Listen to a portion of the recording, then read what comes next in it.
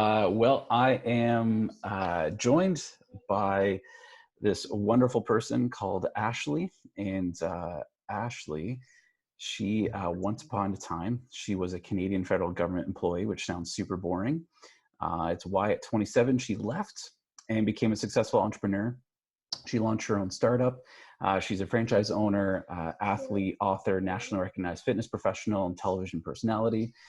She's been interviewed on various podcasts, including ours, news outlets, radio.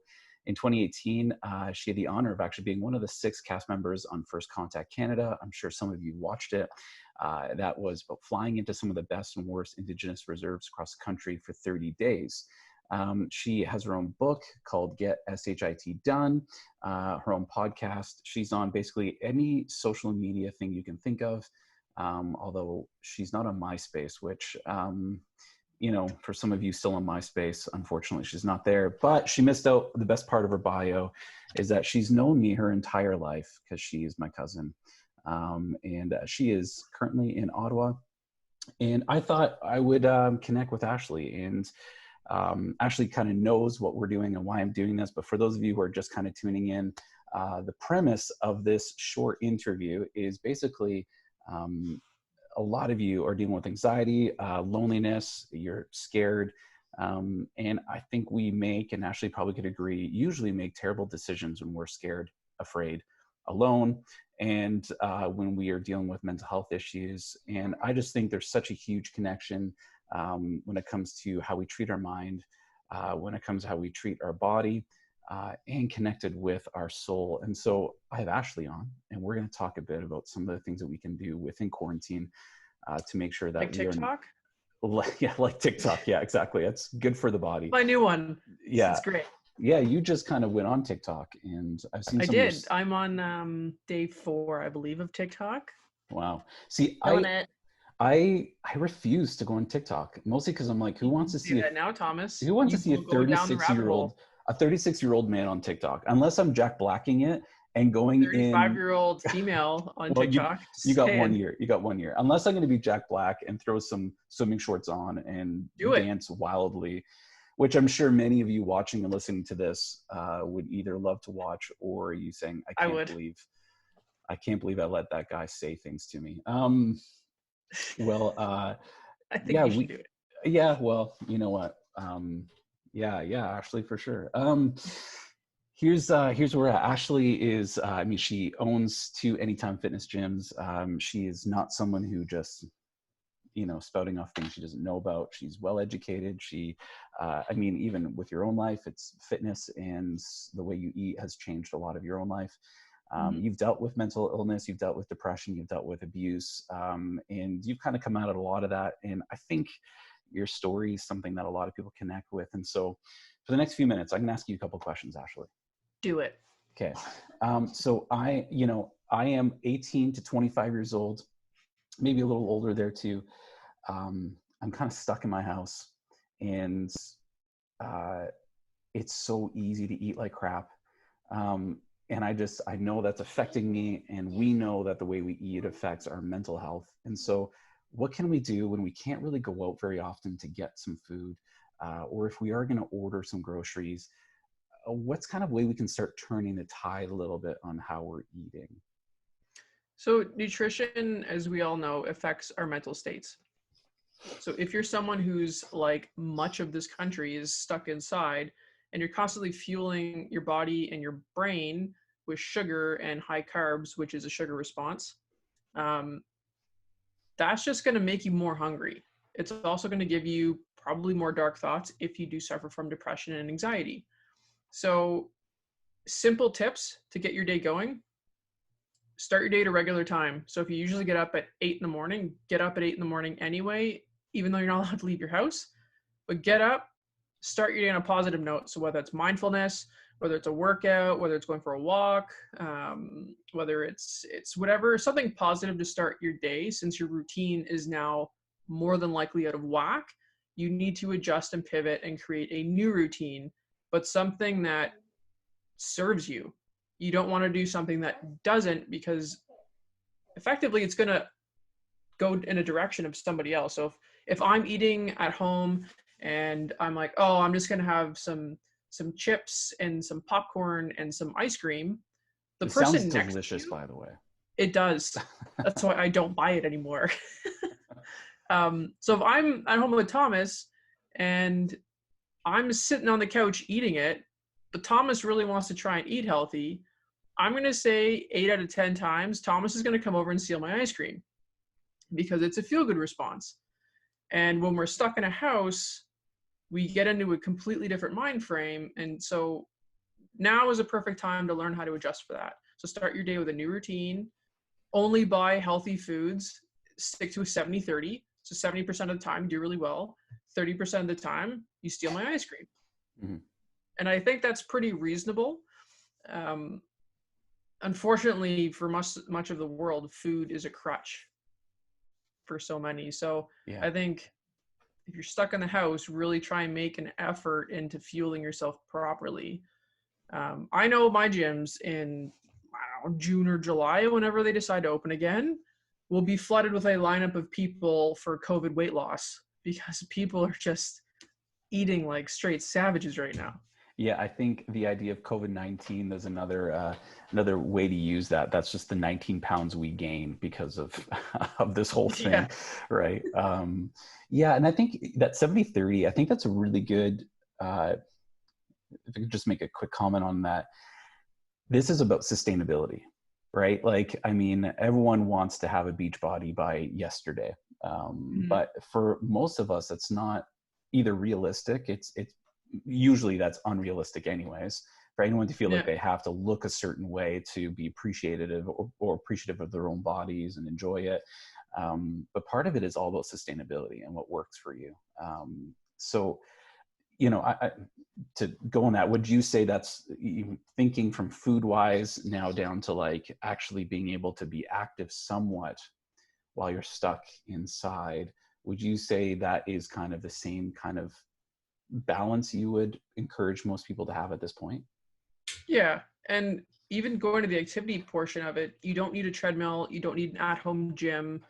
I mean, YouTubers in the fitness space are creating a plethora of at-home workouts for free. I'll live stream my home workouts. I don't often use equipment because I know my followers might not have equipment. Sometimes I'll use kettlebells or resistance bands, but you don't need to work out 5 days a week. And that's something I talk about in my book is if you're someone that likes, I don't know, sports, well, go to a group thing and play sports 3 days a week, or go for a swim, or go to the gym. I know people should say go to the gym because I own gyms, but I'm also not biased to it. Just find something that keeps you active and also keeps you interested, because too many people are doing stuff that just really doesn't interest them, and that's why they stop doing it. Sure.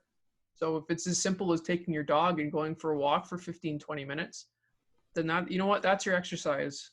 The light, the fresh air, it's almost like active meditation when you and I think also, like, I mean, even now stuck at home, there's actually a lot of really good stuff on, like, a lot of good content on YouTube where you can watch from home and do body weight stuff, right? Like Fitness Blender, that's a good one. Yeah. Okay. And, you know, even if someone were to be like, hey, I got 4 times a week, do I have to be like doing body weight exercises for like an hour every time, or what should I expect myself to be able to do? Honestly, it's all about your comfort level. Like, I know I could probably train for a little longer than most people that are watching my stuff. But you have to, one good tip actually I'll give everybody is stop doing movement so fast. A lot of people just want to do the movement super fast to get it over with. But stop. So if you're using body weight, slow your reps, or you slow your tempo down. So if you're doing a push-up, almost do like a negative. So you're stimulating the muscle a lot more than if you're doing something super fast and then using other muscle groups to kind of take part in that exercise. So slow your reps down, or your tempo, sorry, and go to failure.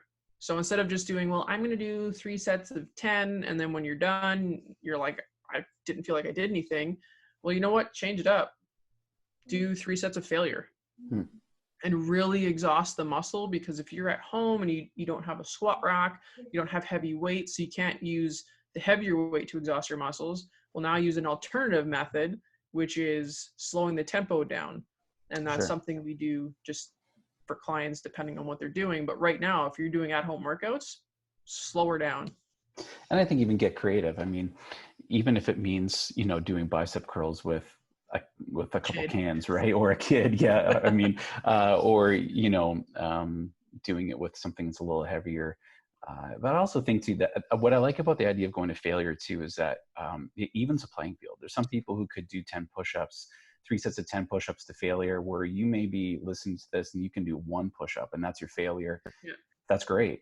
Do 3 sets of that. That's where your body's at. And I think that's one thing 100%.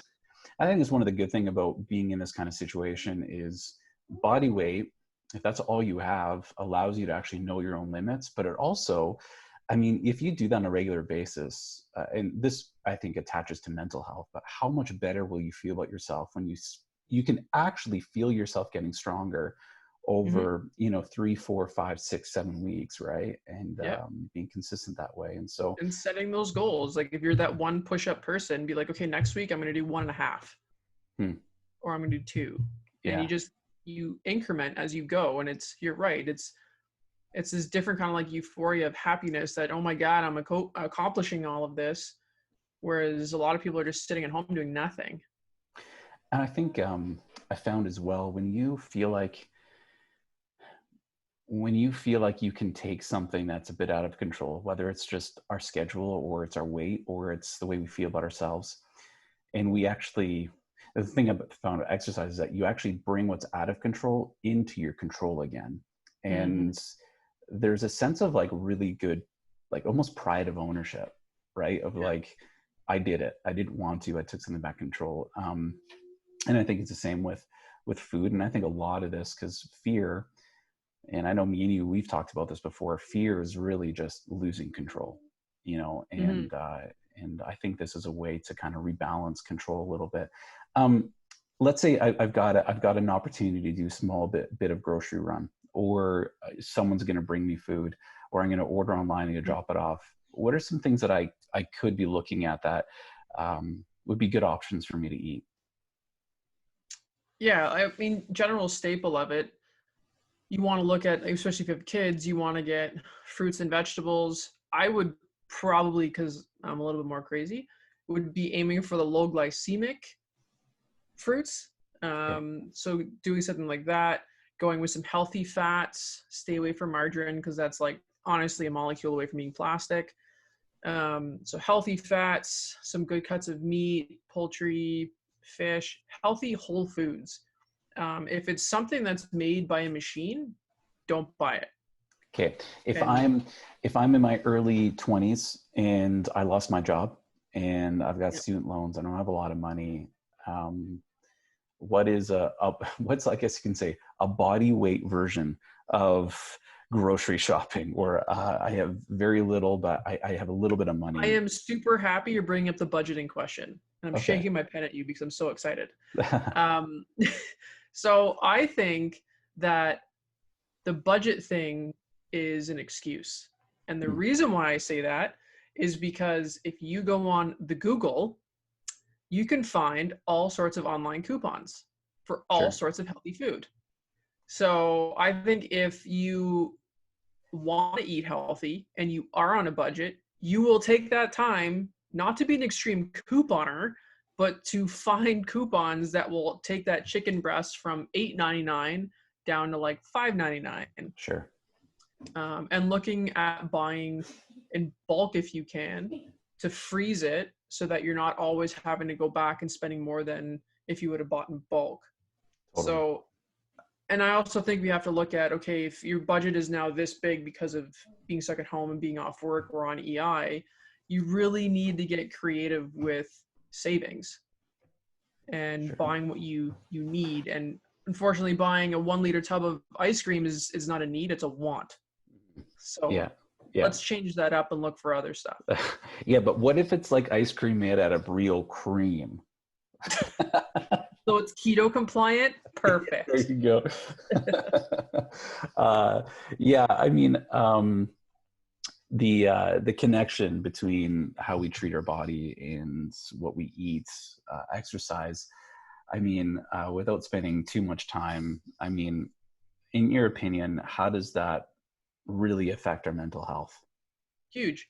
If you look at the brain gut connection, it is a massive connection.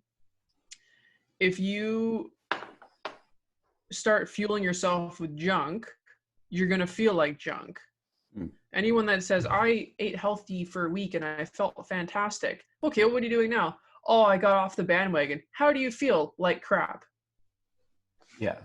So why are you still doing it? And on it, one of my beliefs is, for many people, food is the only thing they can control. Sure. And you brought up the control thing earlier. Yeah. Well, if I'm the one doing my grocery shopping, I am in control of putting Ben and Jerry's in my basket. Yeah. I'm going to do it. But there's a lot of things that are out of control, or they think are out of their control. So groceries is one of them. So we just have to change our mind frame and our thinking on what we're going to do and what we're going to put in our baskets. Well, I think a lot of people feel like you have to wait for motivation, that at some point you're going to have the motivation person's going to show up at your door and just punch you in the face, right? And you're going to be so motivated. I think people mistake motivation for inspiration. You can have moments of inspiration that kind of come out of nowhere, their emotions, but I feel like if you're waiting to be motivated, you never will be motivated. I think motivation comes when you make the decisions, the right decisions, follow through, and then you end up seeing results, which motivates you to further decisions. But if you're just waiting for motivation to happen, you're right. We do have control over it. It's just we're waiting to be motivated. And we might not like if you want to do something and you're waiting for motivation, I hate motivation.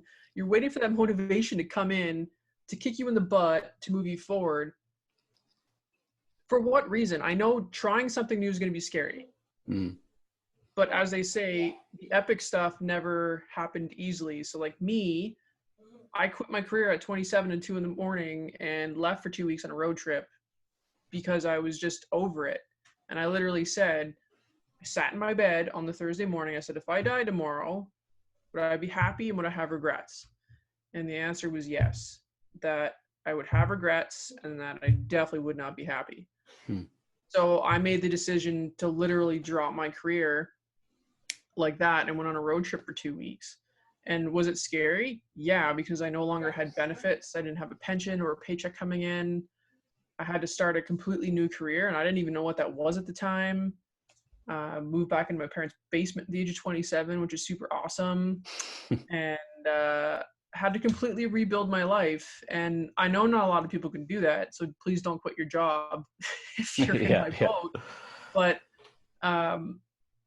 it was probably one of the scariest things I've ever had to do. And I have a lot of, I guess, negative stories from my childhood, but now I look at those stories and I actually kind of thank them for putting that much fear in me, because now I use fear as fuel instead of a roadblock. And I think if more people used fear as fuel, you'd accomplish so much more in life instead of just being like, oh, that's too scary. Oh, it's out of my comfort zone. I'm not going to do that. Then you're never going to get to where you want to go.